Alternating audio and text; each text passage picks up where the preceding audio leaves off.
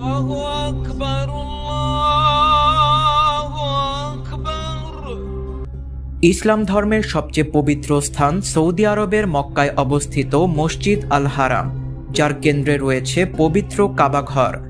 বিশ্বব্যাপী সকল মুসলিমরা দৈনিক 5 বার এই কাবাঘরের দিকে মুখ ফিরে সালাত আদায় করে।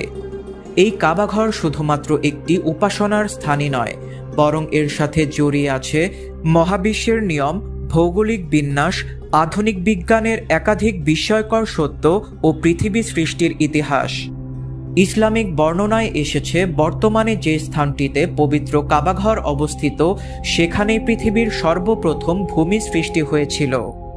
ইদানিংকালের বৈজ্ঞানিক গবেষণাতেও পবিত্র কাবাঘর সম্পর্কিত এমনই কিছু ভৌগোলিক বিশেষত্ব প্রমাণিত হচ্ছে যা পৃথিবীর আর অন্য কোথাও নেই। পবিত্র কাবাঘরের এমনই কিছু বিস্ময়কর ভৌগোলিক বিশেষত্ব জানানো হবে আজকের পর্বটিতে। শুরু করার আগে অনুরোধ থাকলো, চ্যানেলটিতে সাবস্ক্রাইব করে পাশে থাকা বেল আইকনটি প্রেস করুন। প্রায় 445 কোটি বছর বয়স আমাদের এই বাসগৃহ পৃথিবীর। তবে এর সৃষ্টিলগ্ন থেকেই বর্তমানের মতো পরিবেশ ছিল না।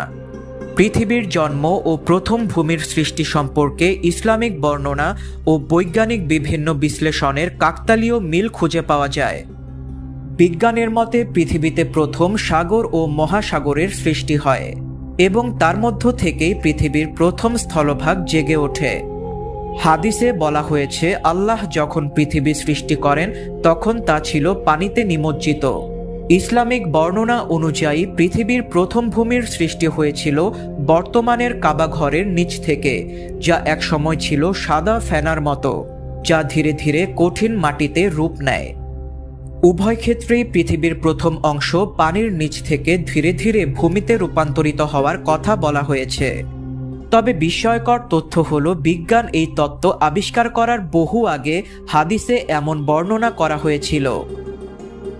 বিভিন্ন গবেষণায় পর্যবেক্ষণ করা হয়েছে যে পবিত্র কাবাঘর পৃথিবীর ভৌগোলিক কেন্দ্রবিন্দুতে অবস্থিত। ডক্টর হোসেন কামাল উদ্দিন 1975 সালে প্রমাণ করে দেখিয়েছেন যে কাবাঘরকে পৃথিবীর মেরুদণ্ড এবং কেন্দ্রবিন্দু হিসেবে চিহ্নিত করা যায়। এই গবেষণায় তিনি একটি নতুন মানচিত্র প্রক্ষেপণ পদ্ধতি প্রস্তাব করেন। প্রচলিত মানচিত্রে পৃথিবীকে বিভিন্নভাবে সমতল ও দ্বিমাত্রিকভাবে চিহ্নিত করার কারণে এগুলোতে মক্কার অবস্থানের যথাযথ গুরুত্ব বোঝা যায় না। তাই তিনি একটি নতুন মানচিত্র তৈরি করেন, যেখানে পবিত্র কাবাঘরকে মানচিত্রের কেন্দ্রে রেখে পৃথিবীর বিভিন্ন স্থানের কিবলার দিক সুনির্দিষ্টভাবে চিহ্নিত করা যায়।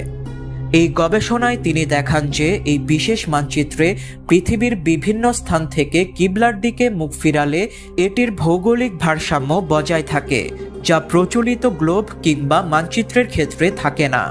গবেষণাটির অন্যতম গুরুত্বপূর্ণ দিক হল, এখানে গণিত, জ্যোতির্বিজ্ঞান ও ভূগোলের একাধিক গুরুত্বপূর্ণ সূত্র ব্যবহার করে প্রমাণ করা হয়েছে যে ভৌগোলিকভাবে মক্কা নগরী শুধুমাত্র ধর্মীয় কারণেই গুরুত্বপূর্ণ নয়, বরং পৃথিবীর ভূমির মোট ক্ষেত্রফলের সাথে মক্কার অবস্থানের এক ধরনের জ্যামিতিক সামঞ্জস্য রয়েছে। সৌদি আরবের উম্মুল কুরা বিশ্ববিদ্যালয়ের গবেষক ডক্টর খালিদের গবেষণা অনুযায়ী প্রমাণিত যে পবিত্র কাবা শরীফ পৃথিবীর গোল্ডেন রেশিও বিন্দুতে অবস্থিত, যা গণিত ও প্রকৃতির এক বিস্ময়কর অনুপাত। সৃষ্টিজগতের অসংখ্য বিষয় এই গোল্ডেন রেশিও অনুযায়ী সৃষ্টি করা হয়েছে।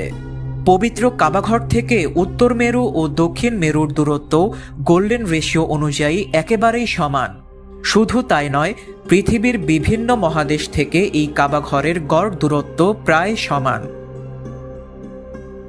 কাতারের রাজধানী দোহায় 2008 সালে অনুষ্ঠিত একটি ইসলামিক সম্মেলনে মুসলিম বিভিন্ন পণ্ডিত ও গবেষকরা মত দিয়েছিলেন যে পৃথিবীর মূল মধ্যরেখা পবিত্র কাবাঘরের উপর দিয়েই প্রবাহিত হয়েছে। তাই মক্কা পৃথিবীর টাইম জোনের কেন্দ্র হওয়া উচিত।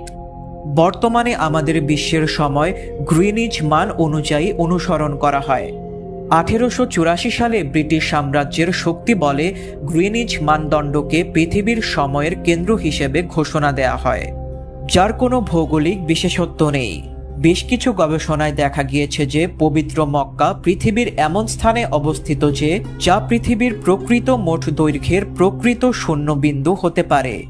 গ্রিনিজের পরিবর্তে যদি মক্কাকে পৃথিবীর সময়মানের কেন্দ্র হিসেবে অনুসরণ করা হয় তাহলে পৃথিবীর বিভিন্ন সময় অঞ্চলের ভারসাম্য আরও বেশি বজায় থাকত। শুধু তাই নয়, গবেষকরা আরও প্রমাণ করে দেখিয়েছেন যে পবিত্র কাবাঘর পৃথিবীর এমন স্থানে অবস্থিত যে যেখানে পৃথিবীর ভূচৌম্বকীয় ক্ষেত্র সবচেয়ে বেশি ভারসাম্যপূর্ণ। এটি পৃথিবীর অন্যতম জিওম্যাগনেটিক এনার্জি ফিল্ড, যা পৃথিবীর বিভিন্ন প্রাণীর উপরে ইতিবাচক প্রভাব ফেলে। বেশ কিছু গবেষণা বলছে যে পবিত্র কাবাঘরের ঠিক উপরেই জিরো গ্র্যাভিটি জোন রয়েছে, যেখানে পৃথিবীর অভিকর্ষ বলের ক্ষমতা অনেকাংশেই কম। এই কারণেই অনেকেই বলেন পবিত্র কাবাঘর তাওয়াফের সময় শরীরে এক ধরনের প্রশান্তি অনুভূত হয়। এছাড়াও কাবাঘর তাওয়াফ করা হয় পৃথিবী ঘূর্ণনের দিকের সাথেই মিল রেখে। অবিশ্বাস্য হলেও সত্য, পৃথিবীর চন্দ্র সূর্য গ্রহ নক্ষত্রও যেমন কখনো থেমে থাকে না, ঠিক তেমনি কাবাঘরকে প্রদক্ষিণ করাও কখনোই থেমে থাকে না।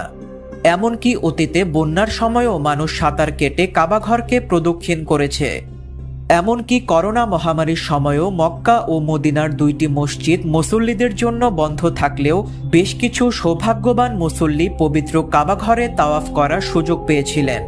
শুধু তাই নয়, তখন পবিত্র কাবাঘরে মানুষের আনাগোনা অনেকটা কমে যাওয়ায় এক ঝাঁক পাখি পবিত্র কাবাঘরের চারপাশে তাওয়াফ করে। ইসলামে এমন কিছু বিষয় রয়েছে যা আধুনিক বিজ্ঞান প্রমাণ করার বেশ কয়েক শত বছর আগেই মহান আল্লাহ তাআলার নির্দেশে মুসলিমরা পালন করে আসছে।